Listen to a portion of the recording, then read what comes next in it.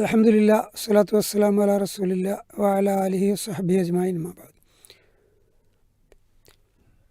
Piece radio അൽ-ഇജാബ online live പ്രോഗ്രാമിലേക്ക് എല്ലാ ശ്രോതാക്കളെയും സ്വാഗതം ചെയ്യുകയാണ്.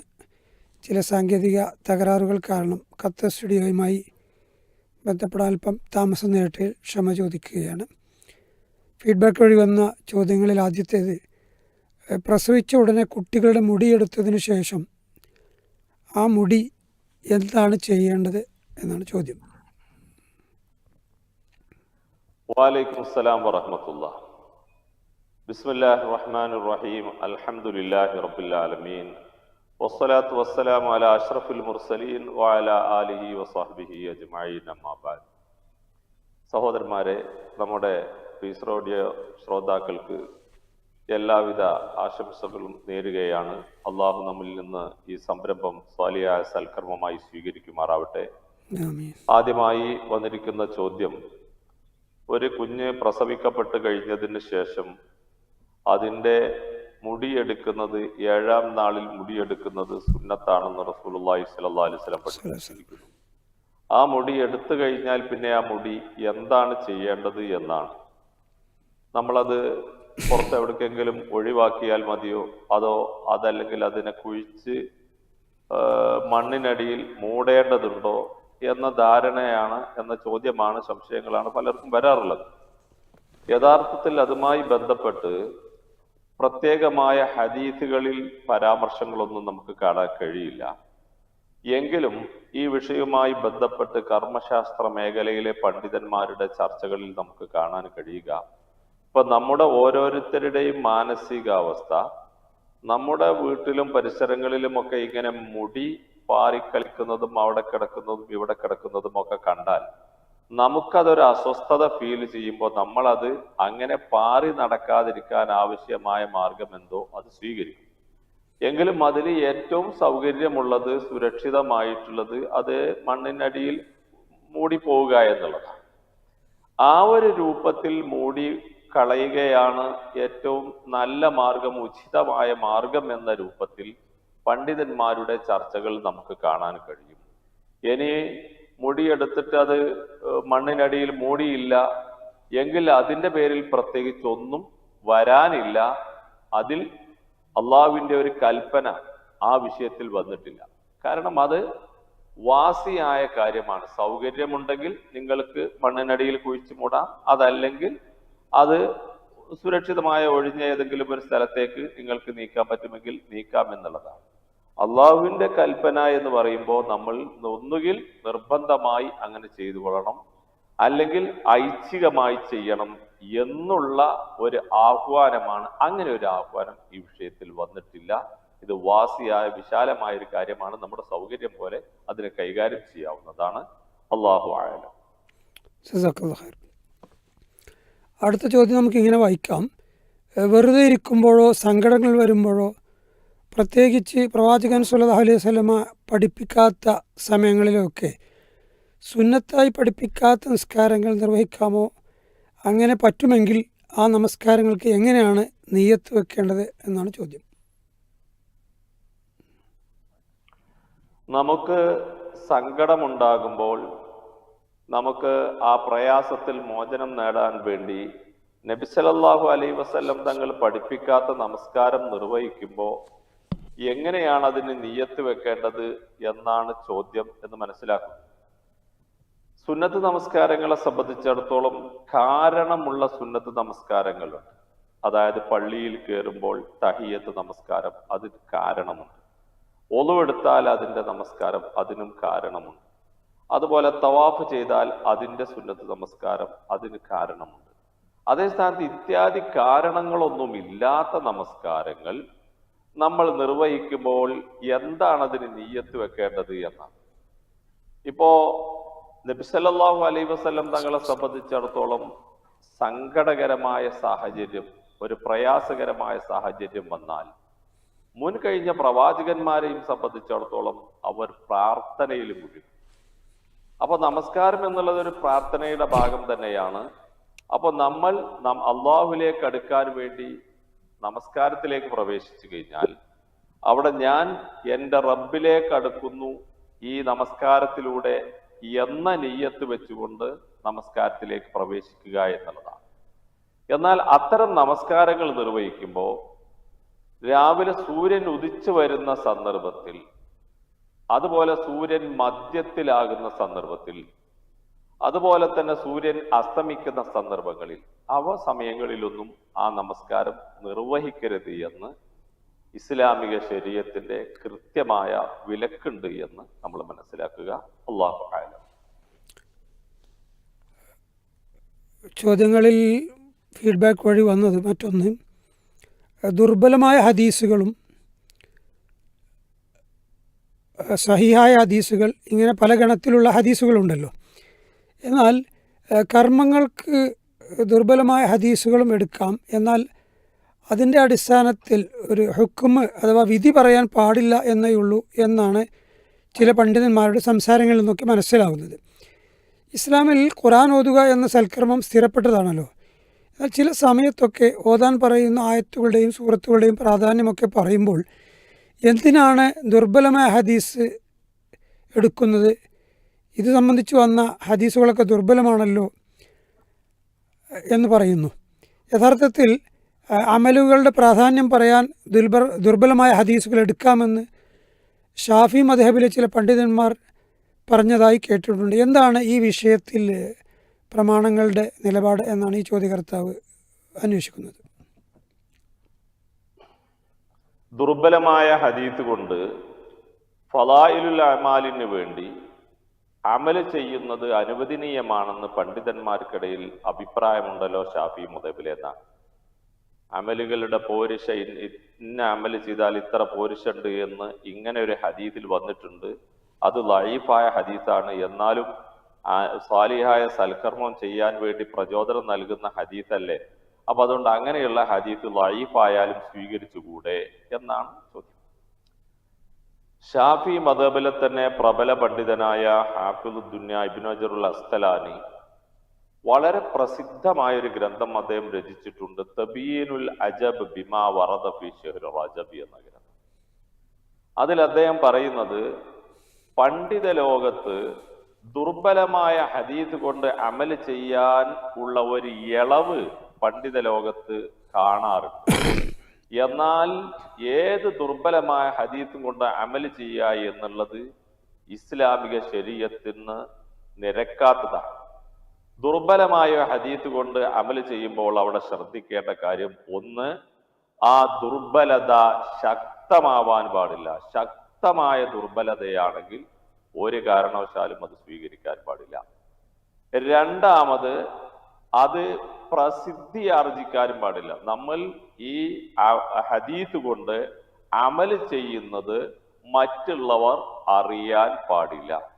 വളരെ ശ്രദ്ധിക്കണം. നമ്മൾ ദുർബലമായ ഹദീസ് കൊണ്ട് നമ്മൾ അമല് ചെയ്യുകയാണെങ്കിൽ മറ്റുള്ളവർ ഇത് അറിയാൻ പാടില്ല. കാരണം മഹാനവരുകൾ പറഞ്ഞത്, വിവരമില്ലാത്ത ആളുകൾ ദീനിൽ ഇല്ലാത്തൊരു കാര്യം സുന്നത്താണെന്ന് വിചാരിച്ച് അവർ സുന്നത്തിന്റെ നിയ്യത്ത് വെച്ചുകൊണ്ട് അവർ ഇബാദത്തിലേക്ക് വരും. അപ്പോൾ ദീനിൽ ഇല്ലാത്തൊരു കാര്യം ഉള്ളതാണെന്ന് ജനങ്ങൾ മനസ്സിലാക്കുന്ന അവസ്ഥ വരും.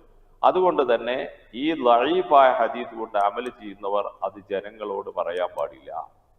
അപ്പൊ പിന്നെ നമ്മുടെ പള്ളികളിലൊക്കെയുള്ള പണ്ഡിതന്മാർ അമലുകളെ പോരിശ, സൽക്കർമ്മങ്ങളാണ് പോരിശയാക്കപ്പെട്ടതാണ്, എന്നാലും ലഈഫായ ഹദീസ് ഉണ്ട് അതുകൊണ്ട് അമല് ചെയ്യാൻ പറ്റും എന്ന് പറഞ്ഞുകൊണ്ട് മിമ്പറിന് മുന്നിലും സ്റ്റേജിൽ കയറിക്കൊണ്ടും പ്രസംഗിക്കുന്നത് ഒട്ടും ശരിയല്ല എന്നർത്ഥം. അതുപോലെ തന്നെ ഈ ദുർബലമായ ഹദീസ് കൊണ്ട് ഒരാൾ അമല് ചെയ്യുകയാണെങ്കിൽ ഇത് സുന്നത്തല്ല എന്ന് വിശ്വസിച്ചുകൊണ്ട് തന്നെ ചെയ്യാം. കാരണം സുന്നത്ത് എന്ന് പറഞ്ഞാൽ ഇസ്ലാമിന്റെ നിദാന ശാസ്ത്രങ്ങളിൽ കാണാം, ഇനി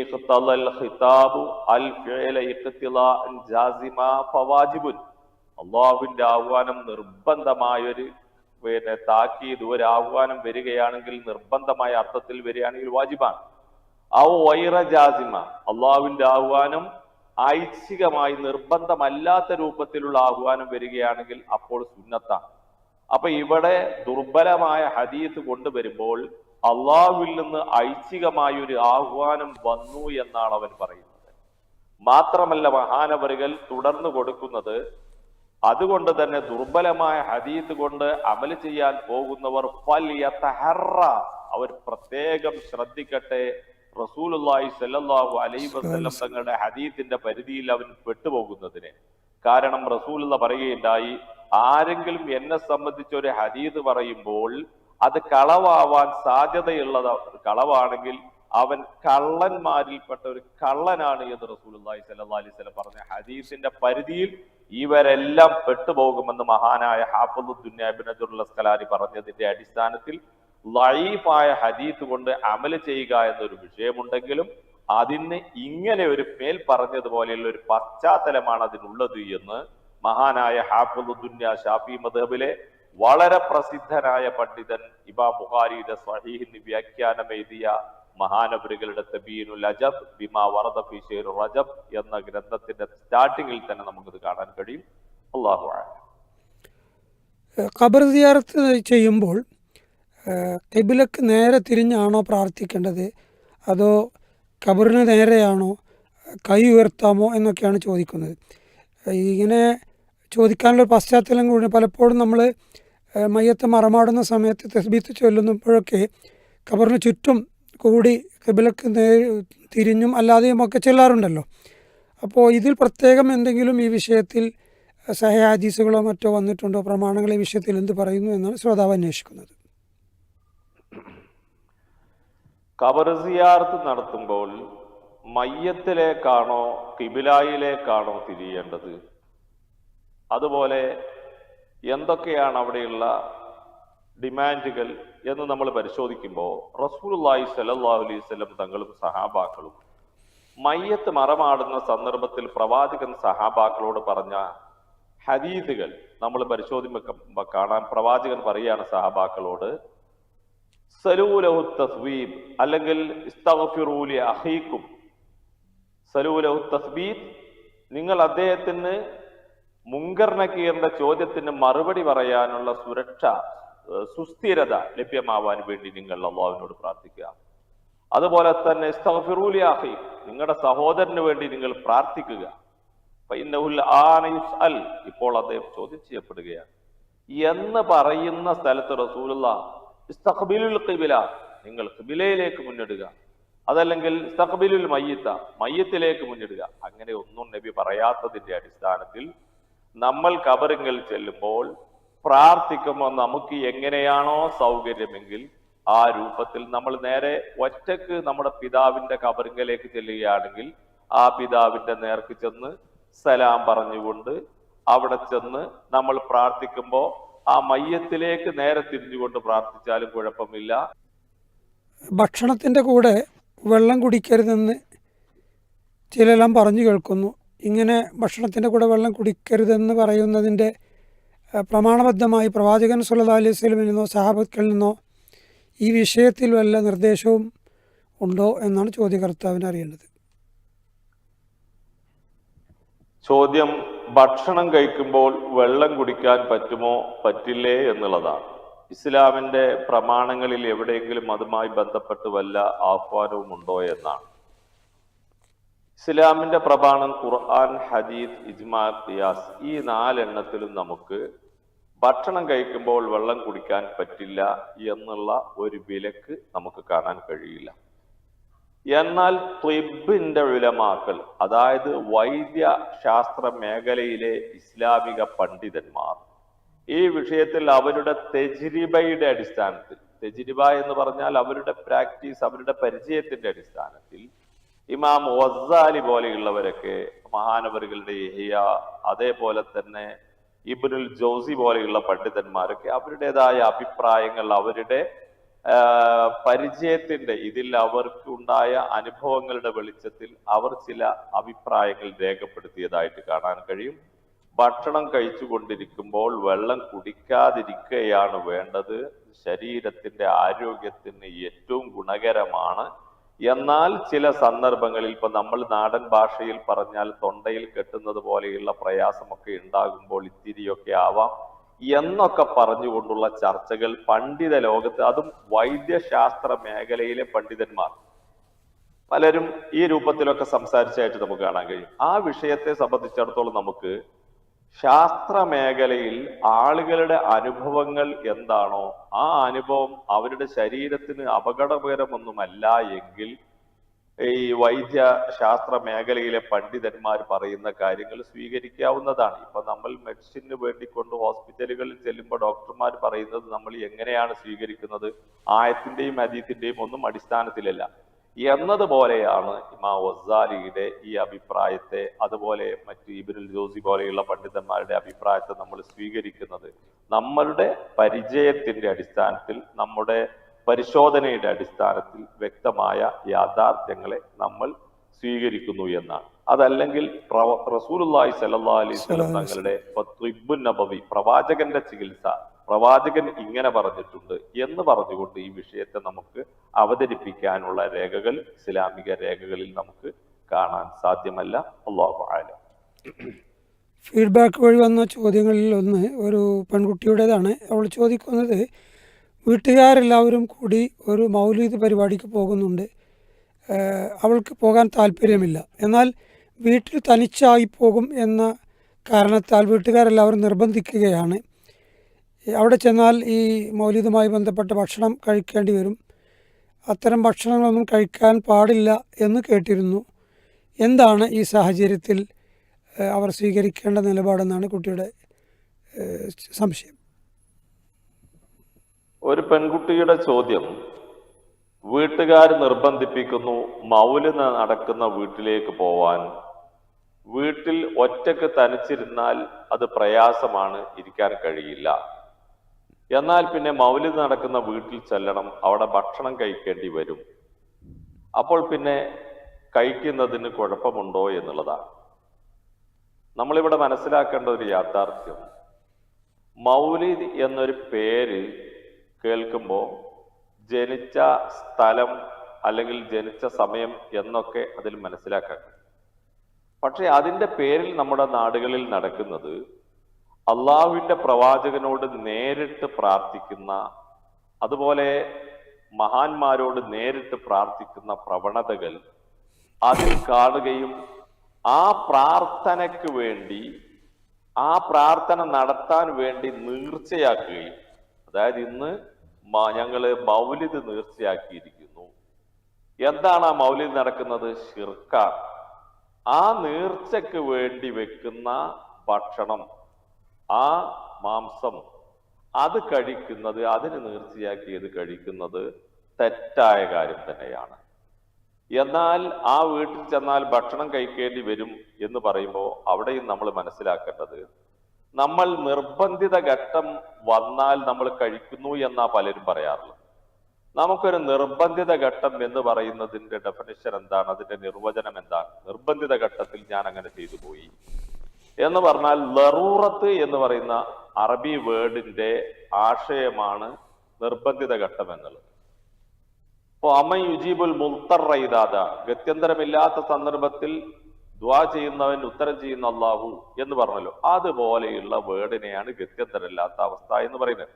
അപ്പൊ നമ്മളൊരു കുടുംബത്തിൽ ചെന്നാൽ ഭക്ഷണം കഴിക്കാൻ നിർബന്ധിതനാവും എന്ന് പറയുന്നതാണ്. കഴിക്കല്ലാതെ ഒരു നിർവാഹമല്ല, നിർബന്ധിത ഘട്ടത്തിൽ ഗത്യന്തരമില്ലാതെ കഴിക്കേണ്ടി വന്നു എന്ന് പറയുന്ന അവസ്ഥ ആ വീട്ടിലുണ്ടോ എന്ന് നോക്കണം. അപ്പൊ ഗത്യന്തരമില്ലാത്ത അവസ്ഥ എന്ന് പറഞ്ഞാൽ അതിന്റെ മലയാളത്തിൽ അതിന് നമുക്ക് എങ്ങനെയാണ് അത് വിശദീകരിക്കാൻ കഴിയുക? ഗത്യന്തരമില്ലാത്ത അവസ്ഥ എന്ന് പറഞ്ഞാൽ, നമ്മൾ ആ ഭക്ഷണം കഴിച്ചില്ലെങ്കിൽ ഒന്നുകിൽ അവർ നമ്മെ കൊന്നുകളയും, അല്ലെങ്കിൽ നമ്മുടെ ഒരു അവയവത്തിന് ഭംഗം വരും, നമ്മൾ അംഗവൈകല്യരാകും. ഇങ്ങനെയൊക്കെയുള്ള ഒരു അവസ്ഥ വരുമ്പോഴാണ് ഗത്യന്തരമില്ലാത്ത അവസ്ഥ എന്ന് പറയുക. അതേ സ്ഥാനത്ത് അവർ ഭക്ഷണം കഴിക്കാൻ നിർബന്ധിപ്പിച്ചു, നമ്മൾ കഴിക്കാതിരുന്നാൽ അവർ ചിലപ്പോൾ ദേഷ്യപ്പെട്ടേക്കാം, വിഷമം പ്രകടിപ്പിച്ചേക്കാം. അതൊന്നും നമുക്ക് പ്രശ്നമില്ല. കാരണം ഒരു മനുഷ്യൻ അള്ളാഹുവിന്റെ തൃപ്തിക്ക് വേണ്ടി ജനങ്ങളുടെ ദേഷ്യം സഹിച്ചാൽ അള്ളാഹു അവന് വലിയ തൗഫീഖ് നൽകുമെന്നാണ് നമ്മൾ മനസ്സിലാക്കേണ്ടത്. അതേ സ്ഥാനത്ത് അള്ളാഹുവിന്റെ ദേഷ്യം പരിഗണിക്കാതെ മനുഷ്യരുടെ തൃപ്തി പരിഗണിച്ചാൽ വലിയ ദുരന്തവും നമ്മുടെ ജീവിതത്തിൽ ഭാവിയിൽ സംഭവിക്കുമെന്നാണ് നമ്മൾ മനസ്സിലാക്കേണ്ടത്. അതുകൊണ്ട് അത്തരം രംഗങ്ങളിൽ നമ്മൾ ലറൂറത്ത്, ഗത്യന്തരമില്ലാത്ത അവസ്ഥ, നിർബന്ധിത ഘട്ടം എന്ന വേർഡിനെയൊക്കെ ഞാൻ ഈ പറഞ്ഞതുപോലെ നിർവചിച്ച് നമ്മുടേതായ ലാ ഇലാഹ ഇല്ലല്ലാ എന്ന തൗഹീദിന്റെ വ്യക്തിത്വം പ്രകടിപ്പിക്കാൻ നമുക്കവിടെ സാധിക്കുകയാണ് വേണ്ടത്. അല്ലാഹു അഅലം. നോർത്ത് ഇന്ത്യയിലും ഉറുദു സംസാരിക്കുന്നവർക്കിടയിലും ഒരു പൊതു രീതിയുണ്ട്. അവർ കണ്ടു പിരിയുമ്പോൾ ഹുദ ഹാഫിസ് എന്നോ അല്ലെങ്കിൽ അള്ളാഹ് ഹാഫിസ് എന്നോ പറയും. ഇതിനർത്ഥം നല്ലതാണെങ്കിലും അതൊരു ബിദ്അത്തിന്റെ ഗണത്തിൽ വരുമോ എന്നാണ് ചോദ്യം. ഉറുദു ഭാഷ സംസാരിക്കുന്ന ആളുകൾ അള്ളാഹു ഹാഫിസ് എന്നൊക്കെ പറഞ്ഞുകൊണ്ട് പറയാറുണ്ട്. ഇതിനെ ഒരു ബിദ്അത്തിന്റെ ഗണത്തിൽ പെടുത്താൻ പറ്റുമോ എന്നുള്ളതാണ്. ഇപ്പൊ നമ്മെ സംബന്ധിച്ചിടത്തോളം നമ്മൾ മലയാളികൾ പരസ്പരം നമ്മൾ കാണുമ്പോൾ പിരിയുന്ന സമയത്ത് അള്ളാഹു അനുഗ്രഹിക്കട്ടെ എന്നൊക്കെ നമ്മൾ പലപ്പോഴും പറയാറുണ്ട്. ആ ഒരു അർത്ഥത്തിൽ അള്ളാഹു ഹാഫിസ് എന്നോ അതുപോലെ എന്നൊക്കെ പറയുകയാണെങ്കിൽ അതിൽ ഒരു ബിദ്അത്ത് എന്നൊന്നും പറയാൻ നമുക്ക് നിർവാഹമില്ല. ബിദ്അത്ത് എന്ന് പറഞ്ഞാൽ എന്താണ്? ഇസ്ലാമിക ശരീഅത്തിന്റെ നിയമങ്ങളോട് സാദൃശ്യതയുള്ള ഇസ്ലാമികമായ കാര്യമാണ് നബി സല്ലല്ലാഹു അലൈഹി വസല്ലം ഇന്ന സമയത്ത് ഇന്ന രൂപത്തിൽ ഇങ്ങനെ ചെയ്യണമെന്ന് പഠിപ്പിച്ചു, ഇത് നബി പഠിപ്പിച്ചു, ഖുർആൻ പഠിപ്പിച്ചു, ഹദീസ് പഠിപ്പിച്ചു, ഇജ്മാഉം ഖിയാസും പഠിപ്പിച്ചു എന്ന് ജനങ്ങളെ ധരിപ്പിക്കുന്ന രൂപത്തിൽ ഉള്ള പ്രവർത്തനത്തെയാണ് ബിദ്അത്ത് എന്ന് പറയുന്നത്. അതായത് ഒരാളെ കാണുമ്പോൾ അള്ളാഹു ഹാഫിസ് എന്ന് പറഞ്ഞിട്ടില്ലെങ്കിൽ ഒരു സുന്നത്ത് അവിടെ നഷ്ടപ്പെട്ടു പോയി എന്ന് ജനങ്ങൾക്ക് തോന്നും വിധം ആ രൂപത്തിലുള്ള സംസാരങ്ങളാണ് അവിടെ നടക്കുന്നത് എങ്കിൽ അത് ബിദ്അത്ത് തന്നെ. അതല്ല സാധാരണഗതിയിൽ ആളുകൾ റബ്ബ് കാക്കട്ടെ, റബ്ബ് സംരക്ഷിക്കട്ടെ എന്നൊക്കെ പറയുന്ന ഒരു സാധാരണയിലുള്ള ഒരു പ്രാർത്ഥനയുടെ മനോഭാവത്തോടു കൂടെയാണ് അത് പറയുന്നത് എങ്കിൽ അതിനെ നമ്മൾ ബിദ്അത്തായി കാണേണ്ടതില്ല എന്നാണ് മനസ്സിലാക്കേണ്ടത്. അല്ലാഹു അഅലം. ഇസ്ലാമിൽ നഹ്സ് എന്നൊരു കാര്യമുണ്ടോ? ഇത് ചോദ്യകർത്താവ് ഒരു തബ്രാനിയുടെ ഒരു ഹദീസ് ഉദ്ധരിക്കുന്നുണ്ട്. ഇമാം തബ്രാനി റിപ്പോർട്ട് ചെയ്യുന്ന ഹദീസിൽ ദിവസത്തിലെ ഓരോ പകലിലെയും രാത്രിയിലെയും ഷെറിൽ നിന്നും നബി സല്ലല്ലാഹു അലൈഹി വസല്ലമ ശരണം തേടിയിരുന്നതായി കാണുന്നു. ഇതാണ് നഹ്സിന് തെളിവായി ഉസ്താദ് പറയുന്നത്. ഇത് ശരിയാണോ എന്നാണ്. ഇമാം തബറാനിയുടെ ഹദീസിൽ രാത്രിയുടെ ഷെറിൽ നിന്നും പകലിന്റെ ഷെറിൽ നിന്നും ഞാൻ അള്ളാഹുവിനോട് കാവൽ തേടുന്നു എന്ന് തബറാനിയുടെ ഹദീസിലുണ്ട്. അതിന്റെ അടിസ്ഥാനത്തിൽ രാത്രിയിലും പകലിലും നഹ്സുണ്ട് എന്നാണ് പറയുന്നത്. അതിനുള്ള തെളിവായിട്ടാണ് ഉദ്ധരിക്കുന്നത്. അങ്ങനെ ആ ഹദീസ് അതിന് തെളിവായി ഉദ്ധരിച്ചു കഴിഞ്ഞാൽ സംഭവിക്കുക പിന്നെ നഹ്സ് ഇല്ലാത്ത ഒരു സെക്കൻഡും നമുക്ക് നമ്മുടെ ജീവിതത്തിൽ കാണാൻ കഴിയില്ല. പകലിന്റെ ഉപദ്രവത്തിൽ നിന്നും രാത്രിയുടെ ഉപദ്രവത്തിൽ നിന്നും അല്ലെങ്കിൽ രാത്രിയിലെ ഉപദ്രവത്തിൽ നിന്നും അള്ളാഹിനോട് കാവൽ തേടുന്നു എന്ന് പറയുമ്പോൾ രാത്രി എന്ന് പറഞ്ഞാൽ സൂര്യൻ അസ്തമിച്ച് സൂര്യൻ ഉദിച്ചു വരുന്നത് വരെയുള്ള സമയമാണ്. പകലെന്ന് പറഞ്ഞാൽ സൂര്യൻ ഉദിച്ച് അസ്തമിക്കുന്നതിനിടയിലുള്ള സമയമാണ്. അപ്പൊ എല്ലാ സമയവും അതിൽ ഉൾപ്പെടും. അപ്പൊ അതുകൊണ്ട് തന്നെ ഇത് ആ ആശയവുമായി ഒട്ടും പൊരുത്തമില്ലാത്ത ഒരു സ്റ്റേറ്റ്മെന്റ് ആണെന്നാണ് നമ്മൾ മനസ്സിലാക്കേണ്ടത്. രാത്രിയുടെ പകലത്തൊട്ടും രാത്രിയുടെ ഉപദ്രവത്തൊട്ടും പകലിന്റെ ഉപദ്രവത്തൊട്ടും അതല്ലെങ്കിൽ രാത്രിയിലെ ഉപദ്രവത്തൊട്ടും പകലിലെ ഉപദ്രവത്തൊട്ടും അള്ളാഹിനോട് കാവൽ തേടുന്നു എന്ന് പറഞ്ഞാൽ രാത്രി പകലും രണ്ടുപാടെ കൂടുമ്പോൾ 24 മണിക്കൂർ. അപ്പൊ ഈ 24 മണിക്കൂറിന്റെ ഇടയിൽ ഒരു സെക്കൻഡ് പോലും നഹ്സ് ഇല്ലാത്തത് നമുക്ക് ബാക്കി ഉണ്ടാവില്ല. അപ്പൊ അതുകൊണ്ട് തന്നെ ആ വാദം സ്ഥാപിക്കാൻ വേണ്ടി നഹ്സ് ഉണ്ടെന്ന് സ്ഥാപിക്കാൻ വേണ്ടി ഇത്തരം ഹദീസ് കൊണ്ടുവന്നാൽ ആകെ കുഴപ്പത്തിലാവും എന്നാണ് മനസ്സിലാക്കേണ്ടത്. എന്നാൽ നഹ്സിനെ കുറിച്ച് നമുക്ക് കൃത്യമായി ഖുർആൻ പറഞ്ഞു തന്നിട്ടുണ്ട്. മുൻഗാമികളായ പ്രവാചകന്മാരുടെ അനുയായികളെ കൈകാര്യം ചെയ്തെടുത്ത് അള്ളാഹു സുബ്ഹാനഹു വ തആല പറയുന്നുണ്ട്, ഫീ യൗമിൻ നഹ്സാത്തിൻ, നഹ്സുള്ള ദിവസങ്ങളിൽ അവരെ നമ്മൾ നശിപ്പിച്ചു എന്നുള്ള പറയാണ്. കലീമുല്ലാഹി മൂസ അലൈഹിസ്സലാമിന്റെ ശത്രുവായ ഫിർഔൻ ലഅനത്തുല്ലാഹി അലൈഹി അല്ലാഹു തആല നശിപ്പിച്ചത് നഹ്സായ ദിവസത്തിലാണ്. എങ്ങനെയാണ് ആ ദിവസം നഹ്സായത്? ഫിർഔനിന് ആ ദിവസം നഹ്സും കലീമുല്ലാഹി മൂസ അലൈഹിസ്സലാമിന് ആ ദിവസം ബർക്കത്താക്കപ്പെട്ട ദിവസവുമാണ്.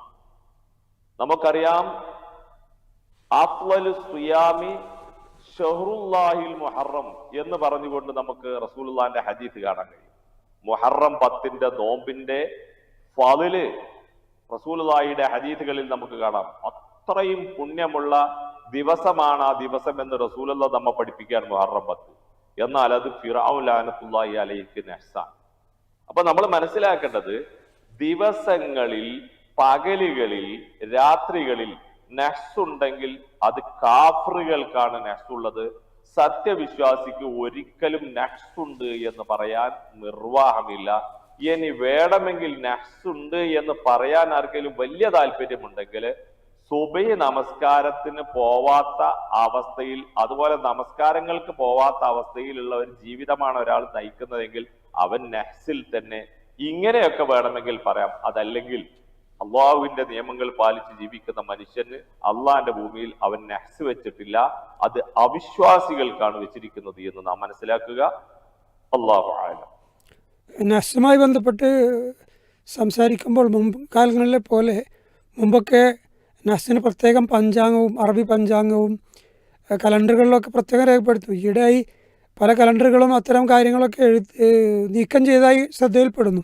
എന്നാലും ചില കലണ്ടറുകളിലൊക്കെ ഇപ്പോഴും നഹ്സുകൾ ചൂണ്ടിക്കാണിക്കുന്നുണ്ട് എന്നാണ് മനസ്സിലാകുന്നത്.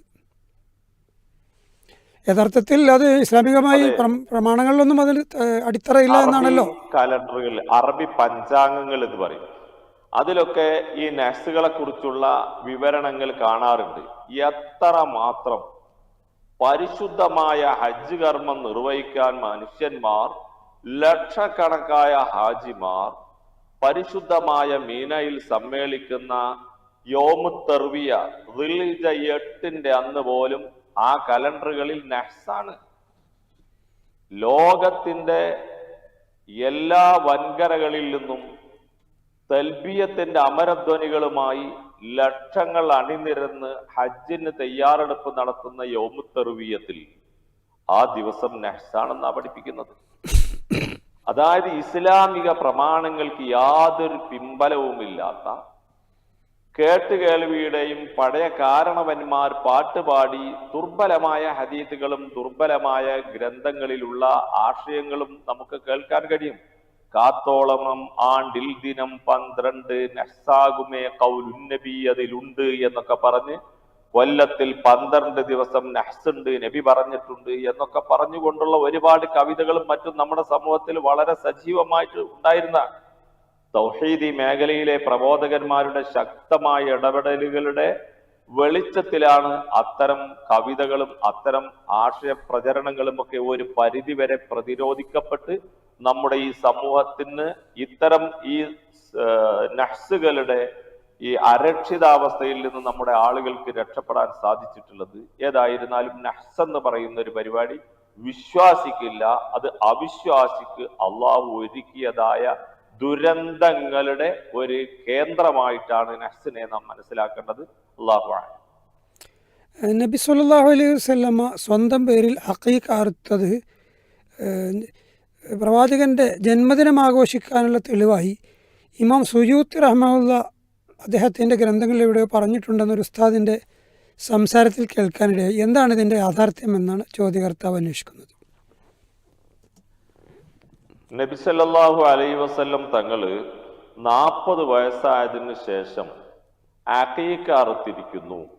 അതുകൊണ്ട് നമ്മള് നബിദിനാഘോഷം നടത്താം, അതിനുള്ള രേഖയാണിത് എന്ന് സുയൂത്തി ഇമാം പറഞ്ഞിരിക്കുന്നു എന്നാണ് പലരും പറയാറുള്ളത്. ഇസ്ലാമിന്റെ രേഖകൾ നാം മനസ്സിലാക്കേണ്ടത് 1 ഖുർആനാണ്, 2 ഹദീസാണ്, 3 ഇജ്മാ ആണ്, 4 ഖിയാസ്. ഈ 4 രേഖകളിലും ഇമാം സുയൂത്തിയുടെ വാക്ക് രേഖയായിട്ട് നമുക്ക് കാണാൻ കഴിയില്ല. റസൂലുള്ളാഹിന്റെ ഹദീസിൽ എന്താ ഉള്ളത്?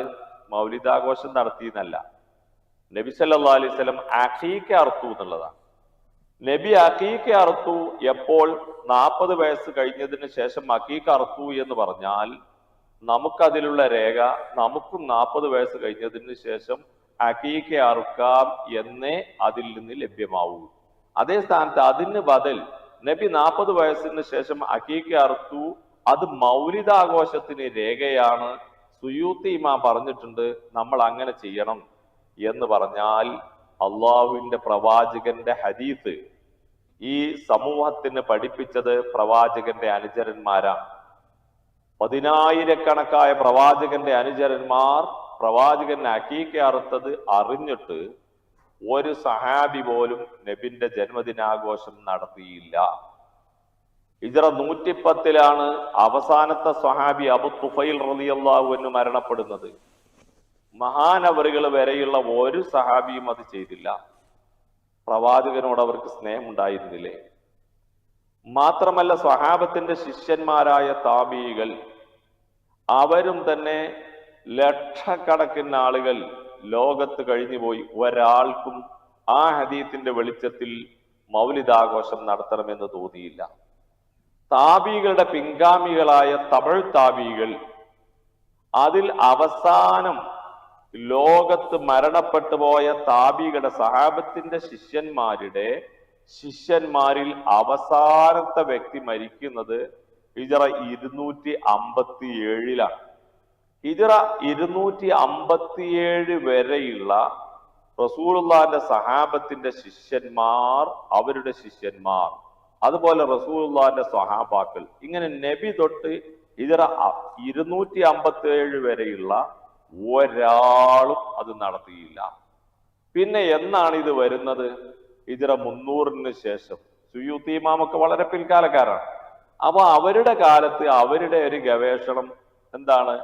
ഇങ്ങനെ നമുക്ക് ഈ ഹദീസിന്റെ അടിസ്ഥാനം നബി അഖീഖ അർത്ഥത്തിന്റെ അടിസ്ഥാനത്തിൽ നമുക്ക് മൗലിദാഘോഷം നടത്താം എന്ന് അദ്ദേഹം പറഞ്ഞു. അത് അദ്ദേഹത്തിന് പറയാൻ അവകാശമുണ്ട്, ഒരു പണ്ഡിതനാണ്.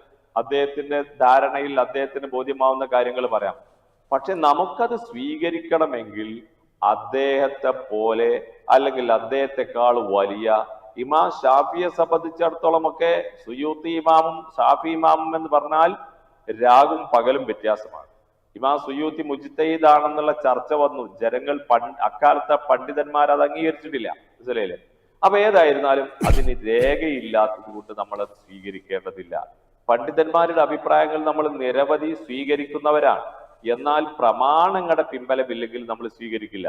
ഇപ്പോ അബു ഹനീഫത്ത് അൽ കൂഫി റഹ്മഹുല്ലാ 4 മദ്ഹബിന്റെ ഇമാമുകളിൽ ഒന്നാമനാണ്. മഹാനവറുകൾ തഖ്വയുടെ പ്രതീകമാണ്. മഹാനവറുകൾ ഈ ലോകത്തിന്റെ മുമ്പിൽ ദഅവാ മേഖലയിൽ വലിയ സംഭാവന ചെയ്തിട്ടുണ്ട് അദ്ദേഹം. എങ്കിലും അദ്ദേഹത്തിൽ നിന്ന് വന്നു തെറ്റ്. അദ്ദേഹം പറഞ്ഞത് എന്താണ്? മലമൂത്ര വിസർജനം നടത്തി കഴിഞ്ഞാൽ അത് കഴുകൽ നിർബന്ധമില്ല. അബൂ ഹനീഫത്ത് അൽ കൂഫി റഹ്മത്തുള്ള പറഞ്ഞതാണ്. അദ്ദേഹത്തിന് അതിന് രേഖയുണ്ട് കയ്യിൽ. നമസ്കാരത്തിൽ ഫാത്തിഹ ഓതൽ നിർബന്ധമില്ല. അതിന് അദ്ദേഹം രേഖ സ്വീകരിച്ച ഖുർആനിൽ നിന്ന് നിങ്ങൾക്ക് ഇഷ്ടമുള്ളത് എളുപ്പമുള്ളത് ഓതിക്കോളൂ എന്നാണ്. അപ്പൊ അതുകൊണ്ട് അങ്ങനെ ഒരു രേഖ ഉള്ളതുകൊണ്ട് ഫാത്തിഹ ഓതൽ നിർബന്ധമില്ല.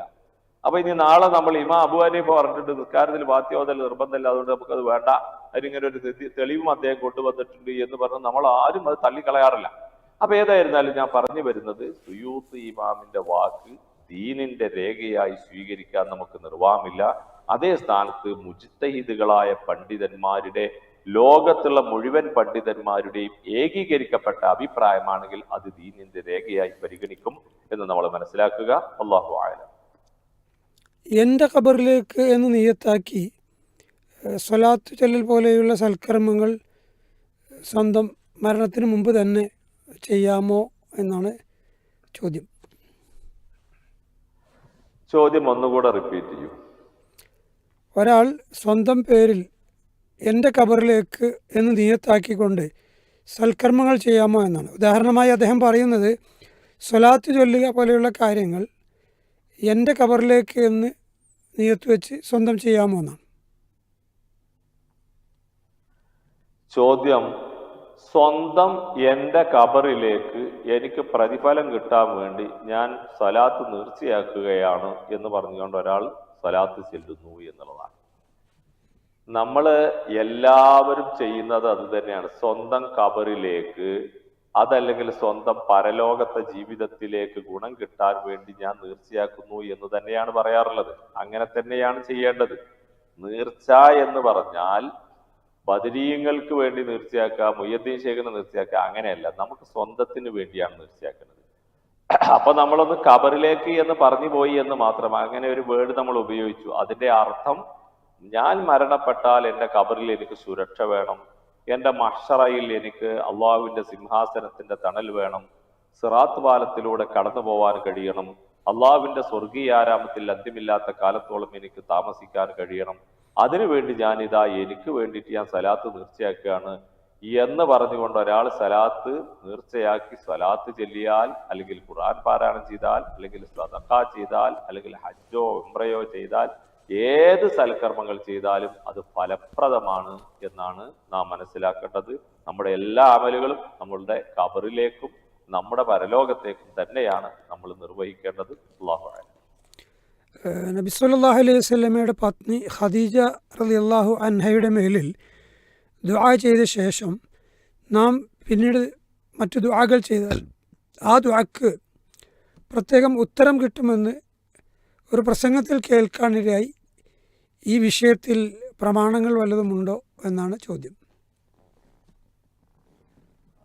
ഇവിടെ വന്നിരിക്കുന്നത്, ഖദീജ റളിയല്ലാഹു അൻഹയുടെ പേരിൽ പ്രാർത്ഥന നടത്തിയിട്ട് നമ്മുടെ ആവശ്യങ്ങൾക്ക് വേണ്ടി പ്രാർത്ഥിച്ചാൽ നമ്മുടെ പ്രാർത്ഥനക്ക് പ്രത്യേകമായി ഉത്തരം കിട്ടും എന്ന് ചില ആളുകൾ പ്രഖ്യാപിക്കുന്നു എന്നുള്ളതാണ്. നമ്മുടെ പ്രാർത്ഥനകൾ അള്ളാഹു സ്വീകരിക്കാനുള്ള മാർഗങ്ങളാണ് തവസ്സുൽ എന്നുള്ള പരിപാടി. അള്ളാഹ് പറഞ്ഞു ഖുർആനിൽ, വബ്തഗൂ ഇലൈഹിൽ വസീല, അള്ളാഹുവിലേക്ക് നിങ്ങൾ വസീല തേടുക എന്നുള്ളത്. ആ വസീലയുടെ പട്ടികയിൽ ഏതെങ്കിലും ഒരാൾ മരണപ്പെട്ടാൽ ആൾക്ക് വേണ്ടി ദുആ ചെയ്യുക എന്നുള്ളതാണ് അതിന്റെ രേഖ എന്നില്ല. മറിച്ച് നമുക്ക് വബ്തഗൂ ഇലൈഹിൽ വസീല എന്ന് പറയുന്നതിന്റെ പരിധിയിൽ അമലു സ്വാലിഹാത്തുകൾ എന്തൊക്കെയുണ്ടോ അതെല്ലാം വസീലയാക്കുക എന്നുള്ളതാണ്. ഒന്ന്, നമ്മൾ നമസ്കാരം കഴിഞ്ഞു. നമസ്കാരം കഴിഞ്ഞതിന് ശേഷം നമ്മൾ എല്ലാവരും സലാം വീട്ടിട്ട് അസ്തഗ്ഫിറുല്ലാഹ് എന്ന് പറയുന്നത് എന്താ? നല്ലൊരു അമല് ചെയ്തു, അതുകൊണ്ട് ഇപ്പൊ നമ്മൾ അള്ളാഹിനോട് പൊറുക്കലിനെ തേടിയാൽ അള്ളാഹ് പുറത്തു തരും. നല്ലൊരു അമലാണ് ചെയ്തത്. ഇങ്ങനെ സൽക്കർമ്മങ്ങൾ ചെയ്തിട്ട് നമുക്ക് അള്ളാഹുവിനോട് തവസ്സുൽ ചെയ്യാം നമ്മുടെ ആരാധനകൾ. മൂന്നാളുകൾ, ഒരു സഹോദരൻ അദ്ദേഹത്തിന്റെ മാതാവിന്റെ അടുക്കൽ വെള്ളവും ഭക്ഷണവുമായി ചെന്നപ്പോഴേക്ക് അവര് ഉറങ്ങിപ്പോയി എന്ന് പറയുന്ന ഒരു 3 പേരുടെ ഒരു കഥയുണ്ട്. അങ്ങനെ മാതാവും പിതാവും ഉറങ്ങിയപ്പോൾ അവർ ഉണരുന്നത് വരെ വെയിറ്റ് ചെയ്തു. അങ്ങനെ കുട്ടികൾക്കും അദ്ദേഹത്തിനൊന്നും ഭക്ഷണമില്ലാതെ മാതാവിനെയും പിതാവിനെയും കാത്തുത്തിരുന്നു. അങ്ങനെ അവർ ഉണർന്നതിന് ശേഷം അവർക്ക് ഭക്ഷണം കൊടുത്തു. അതുകൊണ്ട് റബ്ബേ, ആ മാതാവിനെയും പിതാവിനെയും ഞാൻ ഇങ്ങനെ പരിഗണിച്ചതിന്റെ പേരിൽ ഞങ്ങൾ ഈ ഗുഹയിൽ കുടുങ്ങിയതിൽ നിന്ന് ഞങ്ങളെ രക്ഷപ്പെടുത്തണം എന്ന് പറഞ്ഞുകൊണ്ട് പ്രാർത്ഥിച്ചത് എന്താണ്? ആ സൽക്കർമ്മത്തെ മുൻനിർത്തി അള്ളാഹിനോട് പ്രാർത്ഥിക്കുക. അപ്പൊ ഇങ്ങനെയുള്ള നല്ല കർമ്മങ്ങൾ, അതുപോലെയുള്ള പ്രവർത്തനങ്ങളെ മുൻനിർത്തി അള്ളാഹിനോട് പ്രാർത്ഥിക്കുക എന്നുള്ളത് ഒരു തപസ്സുലാണ്. മനസ്സിലായില്ലേ? അപ്പോ ഇങ്ങനെ എന്തെല്ലാം സൽക്കർമ്മങ്ങളായിട്ട് നമുക്ക് ഉണ്ടോ ആ സൽക്കർമ്മങ്ങളെ എല്ലാം തവസ്സുലിന് ഉപയോഗപ്പെടുത്താവുന്നതാണ്. എന്ത് ഇബാദത്തുകളും ചെയ്തിട്ട് അള്ളാഹുവിനോട് പറയുക. ഇതിലെ ഇനി വേറെ ഒരു മാർഗം എന്താ ഉള്ളത്? നല്ല മനുഷ്യന്മാർ, തഖ്വയുള്ള ആളുകൾ, ഇൽമുള്ള ആളുകൾ, അവരെ കൂട്ടിയിട്ട് പ്രാർത്ഥിക്കാൻ വേണ്ടി അവരോട് പറയുക. അപ്പൊ റസൂലുള്ളാഹി സ്വല്ലല്ലാഹു അലൈഹി വസല്ലം തങ്ങളുടെ കാലത്ത് മഴയില്ലാത്തതിന് വേണ്ടി പ്രവാചകന്റെ അടുത്ത് വന്ന് ദുആ ചെയ്യാൻ പറയും സഹാബാക്കൾ. പ്രവാചകൻ പ്രാർത്ഥിക്കും. അതൊരു തവസ്സുലാണ്. പ്രവാചകൻ മരണപ്പെട്ടപ്പോ ഉമറുൽ ഫാറൂഖ് റളിയല്ലാഹു അൻഹുവിന്റെ കാലത്ത് ആമുർ റമാദ് ഉണ്ടായപ്പോ, അതായത് വലിയ ഭരം, നാട് മുഴുവനും വെണ്ണീറായ സമയം, വെണ്ണീർ എന്ന റമാദ്. ആ സമയത്ത് ഉമറുൽ ഫാറൂഖ് റളിയല്ലാഹു അൻഹു അള്ളാഹിനോട് പറയാണ്, അല്ലാഹുമ്മ ഇന്നാ കുന്നാ നതവസ്സലു ഇലൈക ബിനബിയിന വ ഇന്നാ നതവസ്സലു ഇലൈക ബിഅമ്മി നബിയിന. ബുഖാരിയുടെ ഹദീസാണ്. അല്ലാഹു, ഞങ്ങൾ പ്രവാചകന്റെ കാലത്ത് പ്രവാചകനെ കൊണ്ട് ഞങ്ങൾ തവസ്സുൽ ചെയ്ത് നിന്നിലേക്ക് അടുക്കുമായിരുന്നു. എന്നാൽ ഇന്നിതാ ഞങ്ങൾ പ്രവാചകന്റെ പിതൃവ്യനായ അബ്ബാസ് റളിയല്ലാഹു അൻഹു കൊണ്ട് നിന്നിലേക്ക് ഞങ്ങൾ അടുക്കുന്നു എന്ന് പറഞ്ഞുകൊണ്ട് അവർ പ്രാർത്ഥിക്കാൻ വേണ്ടി, മഴയെ തേടുന്ന നമസ്കാരം നിർവഹിക്കാൻ വേണ്ടി അബ്ബാസ് റളിയല്ലാഹു അൻഹുവിന്റെ നേതൃത്വത്തിൽ ഉമറുൽ ഫാറൂഖ് റളിയല്ലാഹു അൻഹു പോവുകയാണ്. അപ്പൊ ഇങ്ങനെയൊക്കെയുള്ള നല്ല ആളുകളോട് ദുആ ചെയ്യാൻ പറഞ്ഞുകൊണ്ടുള്ള തവസ്സുൽ, അതുപോലെ സൽക്കർമ്മങ്ങൾ കൊണ്ടുള്ള, അതുപോലെ നമ്മൾ സദഖയൊക്കെ ചെയ്തുകൊണ്ടുള്ള ഇങ്ങനെയൊക്കെയുള്ള തവസ്സുൽ എന്നല്ലാതെ ഇന്ന വ്യക്തിക്ക് വേണ്ടി പ്രാർത്ഥിച്ചു കഴിഞ്ഞാൽ പിന്നീട് നമ്മൾ ദുആ ചെയ്താൽ അതിന് പ്രത്യേക പരിഗണന എന്നല്ല. എന്തൊക്കെ ആരാധനകൾ, എന്തൊക്കെ നല്ലതുണ്ടോ ആ നന്മകൾ മുഴുവനും എന്താണ് നമുക്ക് അള്ളാഹുവിലേക്ക് അടുക്കാനുള്ള മാർഗമായിട്ടാണ് നമ്മൾ മനസ്സിലാക്കേണ്ടത്.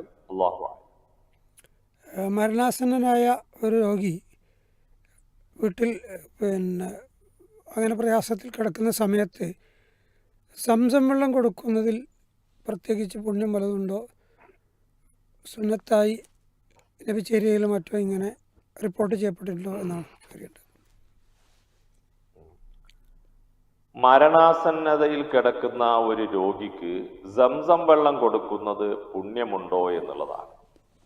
സംസം വെള്ളത്തെ സംബന്ധിച്ചിടത്തോളം അള്ളാഹുവിന്റെ പ്രവാചകൻ നമ്മെ പഠിപ്പിച്ചത് മാ സംസം ലിമാ ശുരിബലഹു എന്നാണ്. സംസം വെള്ളം എന്തിനു വേണ്ടിയിട്ടാണോ കുടിക്കുന്നത് അതിനു വേണ്ടിയാണ് എന്നാണ്. അപ്പൊ അത് മരണ സന്ദർഭത്തിൽ ഒരാൾക്ക് അവന്റെ റൂഹ് പോകുന്ന സമയത്ത് അവന്റെ പ്രയാസം ഇല്ലാതിരിക്കാൻ വേണ്ടി ഒരാശ്വാസത്തിന് വേണ്ടി എന്ന നീയത്താണെങ്കിൽ മാ സംസം ലിമാ ശുരിബലഹു അതിനു വേണ്ടിയാണ്. അതേപോലെ നമുക്ക് എന്തൊക്കെ ആവശ്യങ്ങളുണ്ടോ അതിലൊക്കെ നമുക്ക് സംസം വെള്ളം നമുക്ക് ഉപയോഗിക്കാവുന്നതാണ്. ഒരു മരണ ആസന്നയിൽ കിടക്കുന്ന ആളുകൾക്ക് സ്പെഷ്യലായിട്ട് നൽകാനുള്ളത് എന്ന അർത്ഥമല്ല. സംസം എന്ന് പറയുന്നത് രോഗത്തിന് മരുന്നുമാണ്, വിശപ്പിന് ആഹാരവുമാണ് എന്നാണ് റസൂലുള്ളാഹി സ്വല്ലല്ലാഹു അലൈഹി വസല്ലം നമ്മെ പഠിപ്പിച്ചിട്ടുള്ളത്. അതുകൊണ്ട് സംസമിന്റെ കാര്യം വളരെ വിശാലമാണെന്നാണ് നമ്മൾ മനസ്സിലാക്കേണ്ടത്. രോഗം മൂർജിക്കുമ്പോൾ ചിലർ ഉരുക്കളെ അറുത്ത് കാലികളെയൊക്കെ അറുത്ത് പാവപ്പെട്ടവർക്കും മറ്റു ചുറ്റുപാടിലുള്ളവർക്കുമെല്ലാം മാംസം വിതരണം ചെയ്യാറുണ്ട്. അങ്ങനെ ചെയ്യാമോ?